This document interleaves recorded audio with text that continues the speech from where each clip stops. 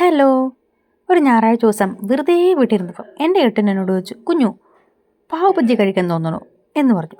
ഞാൻ പിന്നെ എന്തെങ്കിലും പറഞ്ഞാൽ എനിക്കത് അപ്പം തന്നെ ഉണ്ടാക്കി കൊടുക്കണം എന്നൊരു താല്പര്യമുള്ള ആളാണ് ഞാനപ്പോൾ തന്നെ എൻ്റെ ഐറ്റംസൊക്കെ പോയി മേടിച്ചുകൊണ്ട് വന്ന് പുള്ളി കാണാതെ ഒളിച്ചു വെച്ചു. എന്നിട്ട് പറഞ്ഞു, നമുക്കിങ്ങനെ അടുത്ത ദിവസം ഉണ്ടാക്കാം, പിന്നെ ഒരു ദിവസം ഉണ്ടാക്കി തരാമെന്നൊക്കെ പറഞ്ഞു.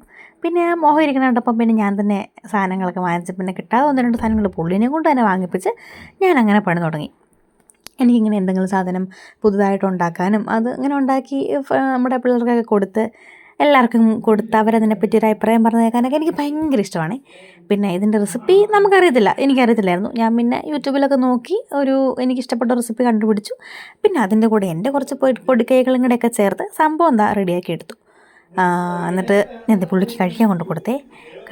പുള്ളിയുടെ റിയാക്ഷനാണ് എനിക്കങ്ങ് ഭയങ്കര സന്തോഷമായിപ്പോയി. കണ്ടോണേ, പിച്ചീന്നുള്ളിയൊക്കെ നോക്കി ആദ്യം.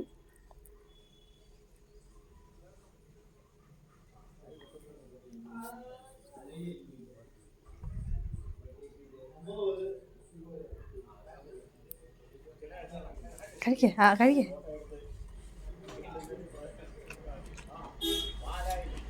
എങ്ങനെയുണ്ട്? അടിപൊളിയായിട്ടുണ്ടോ? കടന്ന് കഴിക്കണ ആണോ? ആഹാ,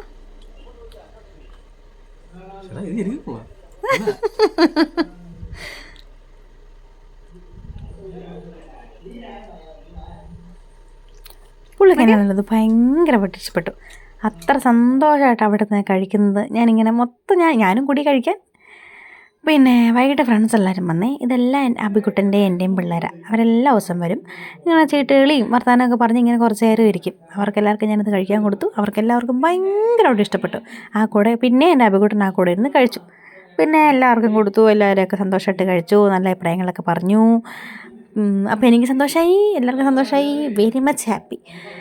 പിന്നെ അവരെല്ലാവരും കൂടി ആ പാത്രം നാക്കി വടിച്ചു, അപ്പടി കഴിച്ചു.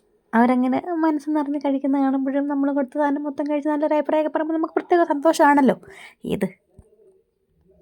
ഇതാണ് എൻ്റെ ഫൈനൽ ഔട്ട്. എങ്ങനെയുണ്ട്? അപ്പോൾ അത്രേ ഉള്ളൂ. ബായ്.